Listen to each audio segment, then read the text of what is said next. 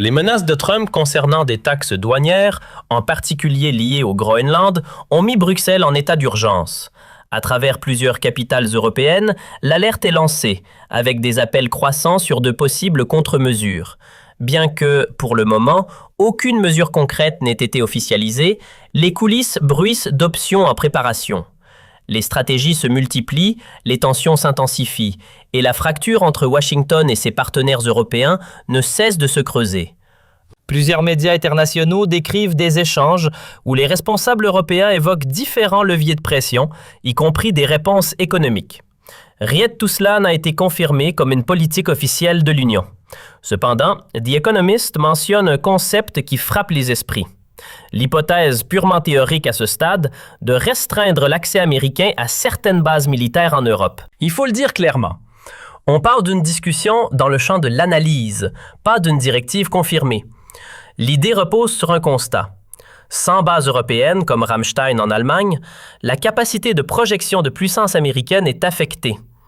La surveillance et la logistique américaine en Afrique, au Moyen-Orient et dans l'Arctique dépendent de la coopération européenne. Mais même ceux qui mentionnent ce levier le reconnaissent. Cela reste de l'ordre du scénario dissuasif, pas d'une posture officielle. De son côté, Trump répète qu'il garde le Groenland dans son viseur.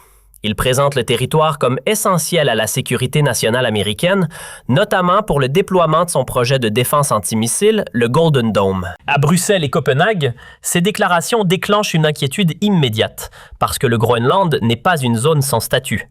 Il s'agit d'un territoire autonome au sein du Royaume du Danemark, et la position danoise est constante. L'île n'est pas à vendre. Des think tanks préviennent que cette rhétorique casse la logique de base de l'OTAN. La sécurité collective fondée sur la coopération, pas sur la coercition. Dans le registre des outils concrets, l'Union européenne dispose d'un mécanisme, l'instrument anti-coercition. Conçu pour répondre aux pressions économiques d'un pays tiers, cet instrument pourrait théoriquement impacter des contrats publics et des échanges de services. Le point clé, c'est qu'il n'a jamais été utilisé contre les États-Unis. Et beaucoup soulignent qu'une escalade déclencherait presque mécaniquement une riposte américaine sur d'autres terrains. Partage de renseignements, posture en Arctique ou déploiement militaire.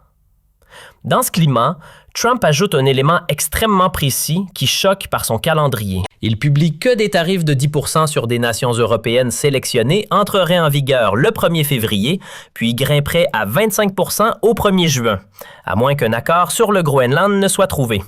Reuters indique que la liste vise 8 pays.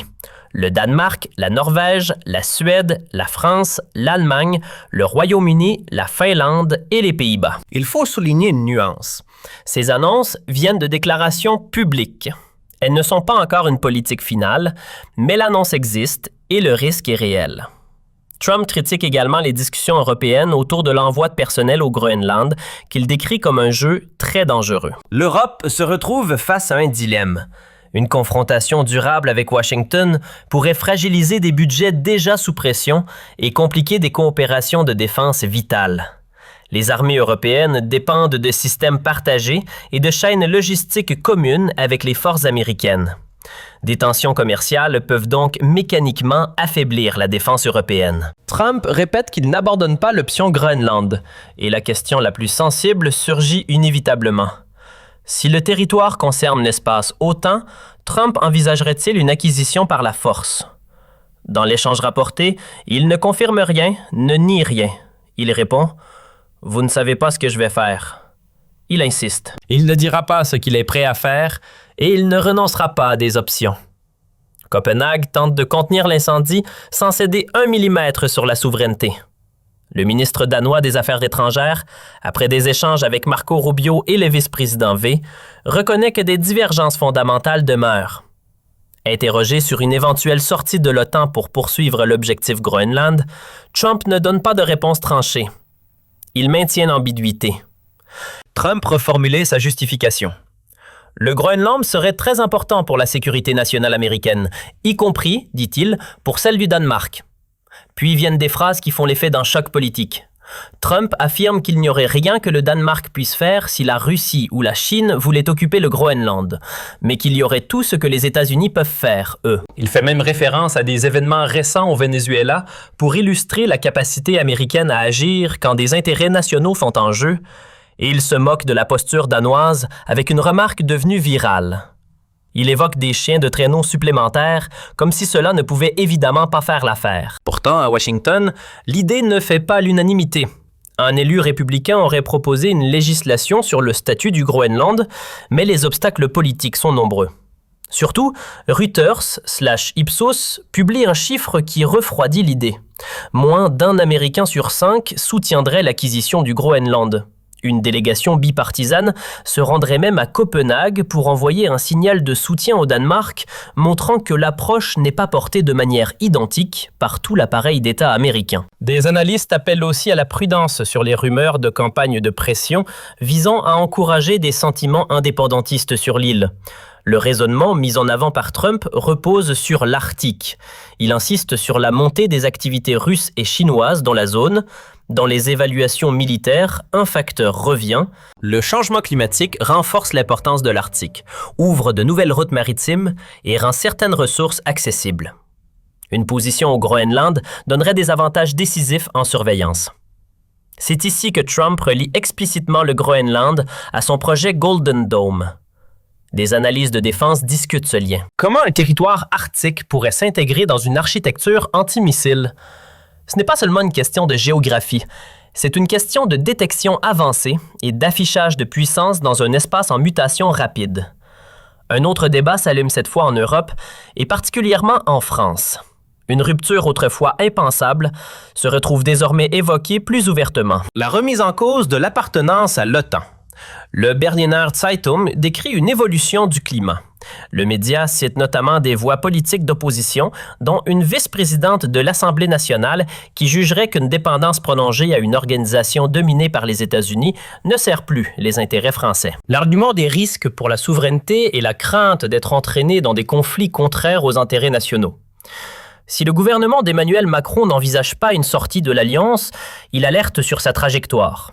D'autres, comme l'eurodéputé Raphaël Glucksmann, plaident pour renforcer la présence européenne au Groenland comme démonstration d'engagement. Sur le terrain, la réponse reste calibrée pour ne pas basculer dans l'escalade.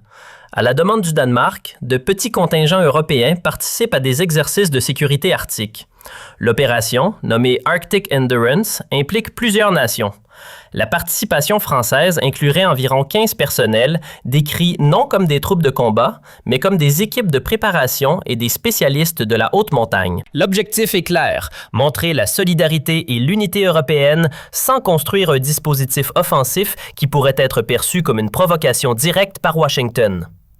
Au-delà du Groenland, beaucoup décrivent ce moment comme un tournant historique. L'OTAN conserve formellement ses garanties et l'article 5 reste en place. Mais la crise met en lumière une distinction qui inquiète. Un traité peut rester intact juridiquement tout en étant brisé politiquement. Quand un allié met une pression économique maximale sur un autre allié pour obtenir un territoire, certains y voient un test direct des principes fondateurs. Respect de la souveraineté, confiance et coopération plutôt que coercition. Et maintenant, la question que tout le monde a en tête. Si les tarifs deviennent une arme pour imposer un rapport de force sur le territoire d'un allié, où s'arrête la logique? Et surtout, quel précédent l'Europe accepte-t-elle de laisser s'installer? Si vous voulez la suite de cette enquête et surtout les scénarios possibles si l'escalade continue, abonnez-vous et activez la cloche, parce que ce qui se joue ici dépasse le Groenland. Le Groenland.